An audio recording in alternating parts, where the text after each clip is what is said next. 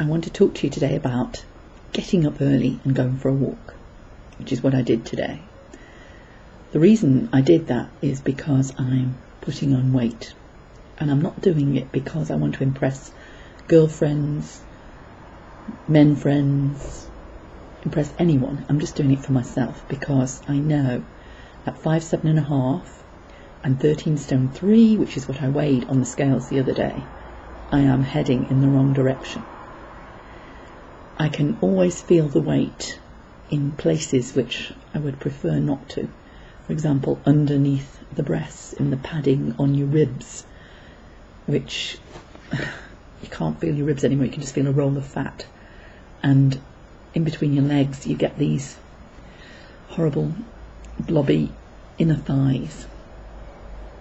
I don't seem to have been able to reduce those even when I get slim, but at least I don't feel so sweaty and horrible. Now, I know this is not the sort of talk you want to hear when you're eating your breakfast, so if you're eating your breakfast, delete immediately. But if you're not eating your breakfast, think about what's good for you and try and motivate yourself.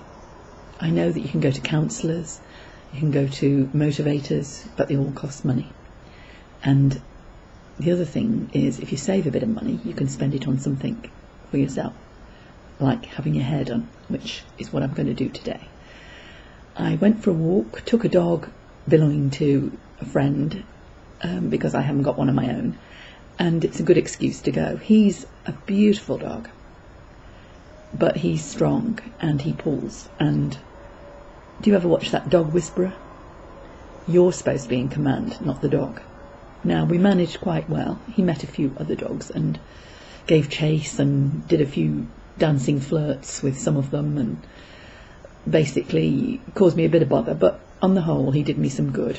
We did about 3 miles, I should say 3 miles, and I worked up a sweat, but when I got back, the next thing that confronted me was my hair. I was looking at a lank, depressed hairstyle, and so I've covered it in my scarf. Now, this is all about doing something for yourself.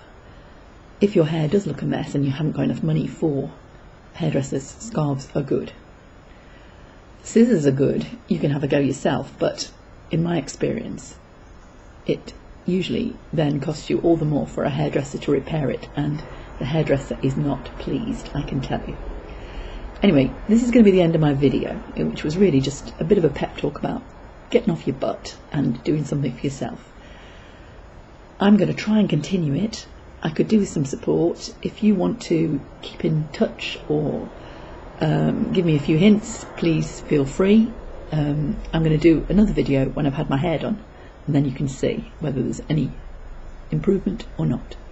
Bye for now.